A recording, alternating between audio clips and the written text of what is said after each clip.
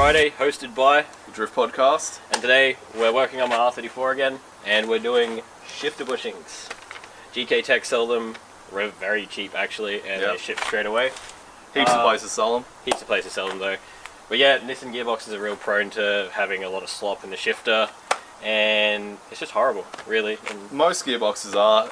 T56 as well are prone to having a lot of slop in there. It'll feel like just a bowl of soup and a spoon. Like my T50. It's really great. Today guys, all we need for the install is a 10mm on an extension and a set of inward circlip pliers. Don't bring the wrong ones to your friend's house, otherwise you're going to have to drive back and get the right one. And obviously the shifter bushing from wherever you choose to buy it. Cool. Yep. Sweet. So, all we have to do to basically install this is take off this whole assembly here. Your gear knob just spins off, pops out, and you unclip the wires here, and all your car wash money rattles around. And then you have a set of 4 bolts here, which you need your 10mm on an extension for. Sweet, so now you have all your assembly off and your shifter boot that covers your outside of the road to your inside of your car off. Now comes the fun part with your circlip pliers.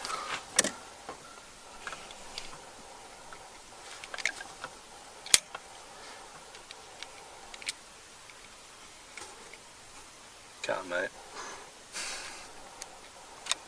Hey, got it.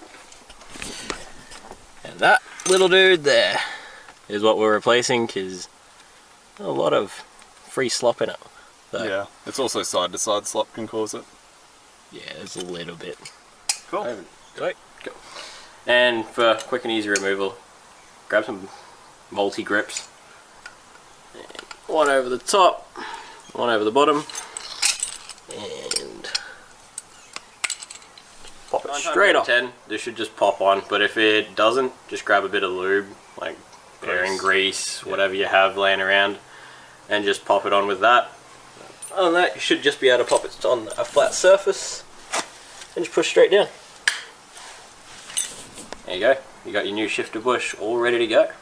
Cool. Now, when you're installing it, the most important thing is make sure it's always flat with the top of your shifter, otherwise it'll get jammed up and won't go in. Had previous issues like this. But yeah, make sure it's flat. Occasionally they will be a little bit tight, and a little persuasion from a rubber mallet should fix that. Just like give it a quick tap. Yeah, now she's in nice and good. So then after that, put all your interior back together and go snap second somewhere.